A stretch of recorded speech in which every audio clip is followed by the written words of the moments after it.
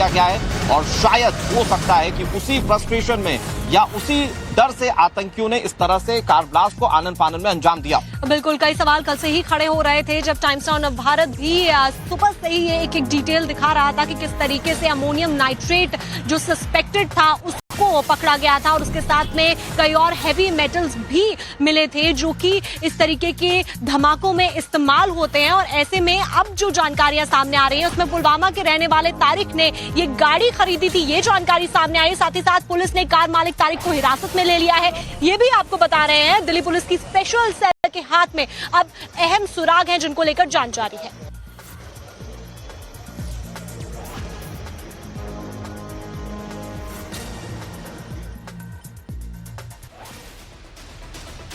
तो देखिए, लाल किले के बाहर से हम रिपोर्ट कर रहे हैं लगातार और यहां से आपको बड़ी ब्रेकिंग इस वक्त की दे देते हैं कि जांच एजेंसियों की तरफ से जो शक है वो फिदायीन हमले का अब जताया जा रहा है। दरअसल फरीदाबाद आतंकी मॉड्यूल से हमले के तार जुड़े होने की आशंका है और इसीलिए पुलिस और जांच एजेंसी जो है वो हर एक पहलू को खंगालने की बहुत गहनता से कोशिश कर रही हैं। इसमें सबसे ज्यादा जो शक है वो तारिक पर है और उसे हिरासत में ले लिया गया, जैसा कि हमने आपको जानकारी दी। और फिलहाल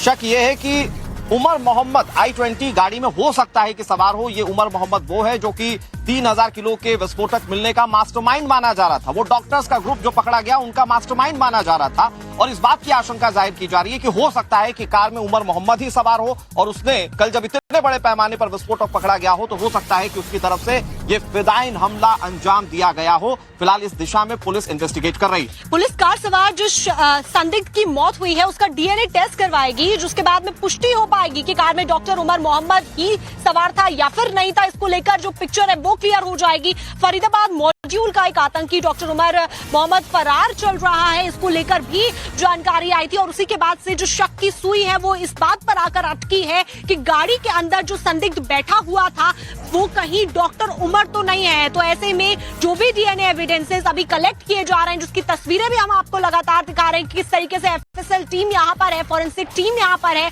और वो एविडेंस को कलेक्ट कर रही है। उसके बाद में अब डीएनए जांच होगी, जिसके बाद तस्वीर साफ हो पाएगी। देखिए दर्शकों, इस पूरे मामले में फरीदाबाद मॉड्यूल को समझना बहुत जरूरी है। कल फरीदाबाद में बड़े पैमाने पर विस्फोटक पकड़ा गया था और उस विस्फोटक के पकड़े जाने के बाद अभी देश में इस बात की चर्चाएं चली रही थी कि कैसे आतंकी जो है वो इतने अंदर तक घुस गए हैं, इतने बड़े पैमाने पर अमोनियम नाइट्रेट को उन्होंने इकट्ठा किया है और हर एक कड़ी को पुलिस जोड़ने की कोशिश कर रही थी। लेकिन राजधानी दिल्ली में चांदनी चौक के पास एक बड़ा धमाका होता है जिसमें कि कई लोगों की जान चली जाती है, कई लोग अभी जिंदगी और मौत के बीच जंग लड़ रहे हैं और ऐसे में जांच एजेंसीज अब हर एक कड़ी को जोड़ने की कोशिश कर रही है। उसमें गुजरात वाला वो टेरर मॉड्यूल भूलना नहीं होगा जहां पर हैदराबाद का एक डॉक्टर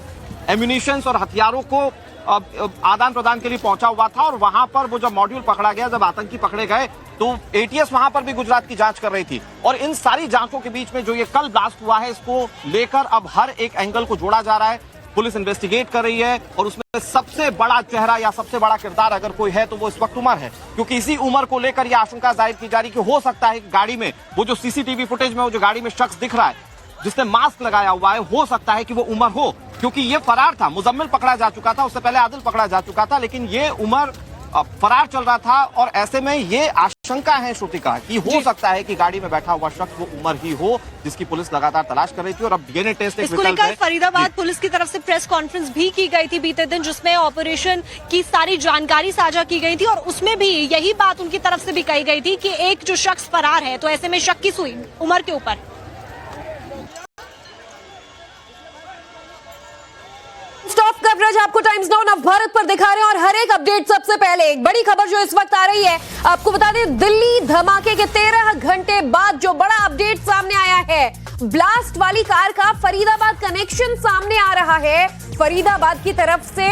ये कार दिल्ली की तरफ आई थी, बदरपुर बॉर्डर से होते हुए इस कार ने दिल्ली में एंट्री की थी और आगे का रूट फिलहाल पुलिस खंगालने में जुटी हुई है। जो जांच एजेंसीज है वो लगातार एक एक सीसीटीवी फुटेज मॉनिटर कर रहे हैं कि आखिर ये कार कहां से निकली, कहां की ओर बढ़ी, कहां तक पहुंची, क्योंकि लगभग 3 घंटे तक ये पार्किंग में मौजूद थी और अगर ये फिदायीन हमला था तो बाकायदा इस प्लान को अंजाम दिया गया और लगभग 6:30 बजे ये कार पार्किंग से निकलती है और 6:55 पर धमाका होता है। तो बड़ा कनेक्शन इस पूरे ब्लास्ट का, लगभग 13 घंटे इस ब्लास्ट को हो गए। कल शाम 7 बजे में कुछ